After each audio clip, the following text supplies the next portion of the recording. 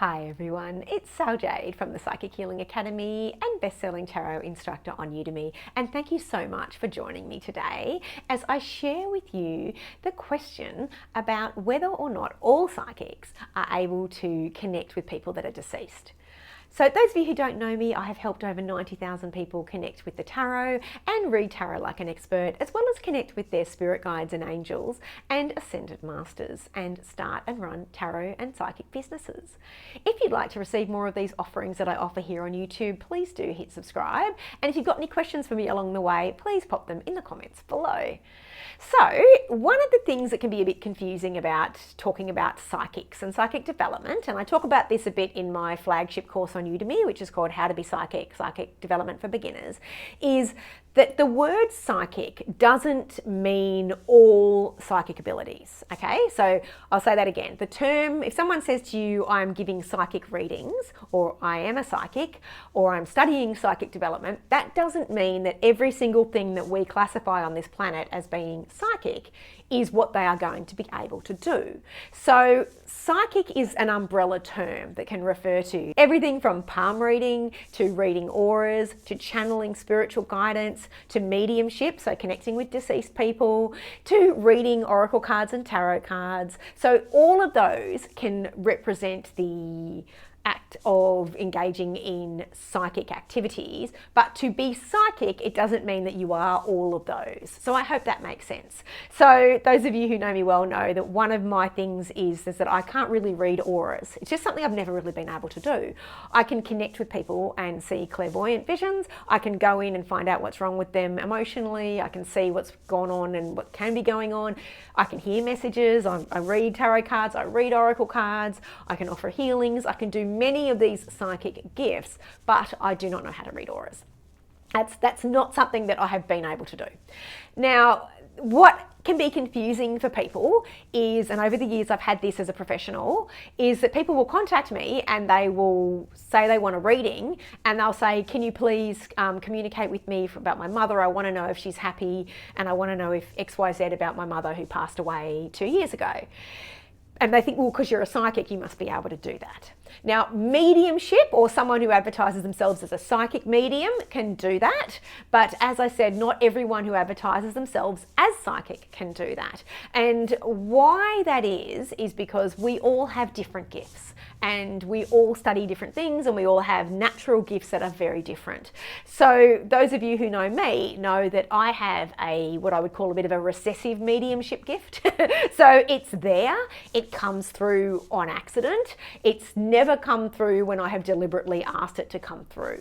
And every time I've ever had a deceased person show up for me in a reading, it has been something that has just come in and usually kind of shocks me a bit, and I will believe that I'm meant to connect with the person and tell the person that I'm reading for what they say, but I'm not someone who advertises myself who can do this intentionally. And the reason why is I have nothing but respect for people who are mediums, and I have some very good friends that are mediums. And in fact, I highly recommend, if you are getting medium readings or want to studying mediumship, that you really should go through professionals like the ones that I know. So Denise Litchfield, I'll say last name, Ali Mara. Like, I know people who are great mediumship teachers, but please keep in mind that when you are dealing with mediumship, you are dealing with intense amounts of grief from your clients, and you need to make sure that you're either properly trained or that you are making sure that you are being as ethical and gentle as possible with your clients, because death is the hardest thing that we can experience as humans, or one of the hardest things as we can experience. So my rule of thumb is that I would always say to someone, go to a psychic medium who has got really good recommendations. That's my first rule of thumb. Now, my little story about why I decided not to do mediumship and why I didn't want to pursue it. So when I first got started, I studied under Doreen Virtue, and I was learning how to read angel cards. This is back in 2003 or 2004. And I was so excited about oracle cards, and I was so excited about, opening up my intuitive and psychic gifts.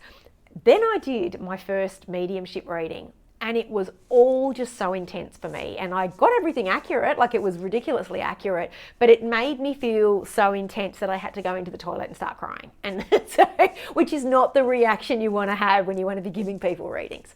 So I decided that that wasn't going to be for me. I wasn't going to do that when I decided to embark on a professional career. It was just too intense, and that was just me. But as I said, I know some fantastic mediums who love the work, who give everything it is to the work and to the craft, and they are very honourable. And so for me, I think it's a very valuable service. It can help people with their grief, but it's not something all psychics do, and and as I said, it's not something I do. I teach in my How to Be Psychic course remote viewing, but I don't teach that deeper mediumship on a more advanced level because it's not one of my strongest skills. As I said, it's a bit of a recessive gift. So I hope that has helped anyone who's wanted to know, do all psychics connect with deceased people? That answer is no, but as with any skill, you can develop it. Obviously, there are natural born mediums and there are people who will develop it and learn it. But for me, if you see someone advertised as a psychic or you're thinking about learning psychic development, it doesn't mean you're going to learn every single aspect of what falls under the umbrella of being a psychic or having psychic abilities. So I hope that's helped. And if you have any questions, please pop them below or any comments, and do hit subscribe if you'd like to get more of these. Thank you.